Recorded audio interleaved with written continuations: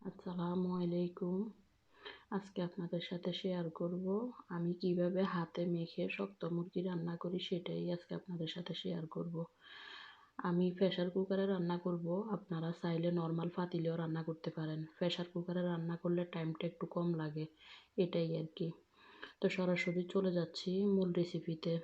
আপনার প্রথমে দিয়ে দিব পেঁয়াজ কুচি, এরপরে যাই দিয়ে দিব টমেটো কুচি, এরপরে যাই দিয়ে দিব রসুন বাটা, আদা বাটা, এরপরে যাই গুঁড়া মশলার ভিতরে হলুদের গুঁড়া, মরিচের গুঁড়া, জিরার গুঁড়া, ধনিয়ার গুঁড়া, গরম মশলার গুঁড়া, সবগুলা গুঁড়া মশলা দিয়ে এরপরে দিয়ে দিব পরিমাণ মতো লবণ, এরপরে যাই দিয়ে দিব আপনার পরিমাণ মতো তেল।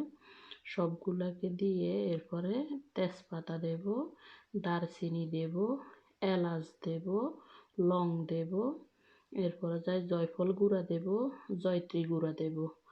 দিয়ে সবগুলা মশলাকে আমি একদম অনেকক্ষণ পর্যন্ত হাত দিয়ে ভালো করে মেখে নেব। মেখে কিছুক্ষণ পর্যন্ত রেস্টে রেখে দেব। আপনারা যদি চান রেস্টে না রাখলেও চলবে। আমি যেহেতু মাংসটা হাতে মাখায় অন্য কাজ করছিলাম, তাই আমি কিছুক্ষণ হাতে মাখায় রেখে দিয়েছি। আপনারা না রাখলেও সরাসরি রান্না করে ফেলবেন, সমস্যা নাই। তো এখানে আমি সবগুলা মাংস প্রেসার কুকারে নিয়ে নিলাম।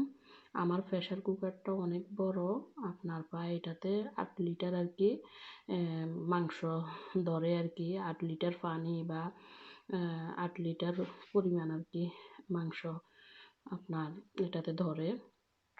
তো প্রথমে আমি আপনার চুলাটা একদম হাই হিটে দিয়ে দিলাম। হাই হিটে দেওয়ার পরে যখন বলক চলে আসছে, তখন চুলাটা কিছুটা হাই হিট থেকে একটু কমিয়ে দিলাম। এরপরে আমি অনেকক্ষণ পর্যন্ত এটাকে প্রথমে কষাই নিয়েছি।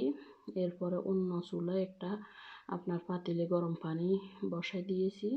এরপরে যখন মাংসটা যখন অনেকক্ষণ পর্যন্ত আপনার কষানো হয়েছে, এরপরে আপনার দিয়ে দিলাম গরম পানি। গরম পানিটা আপনি আপনার পরিমাণ মতো দিবেন।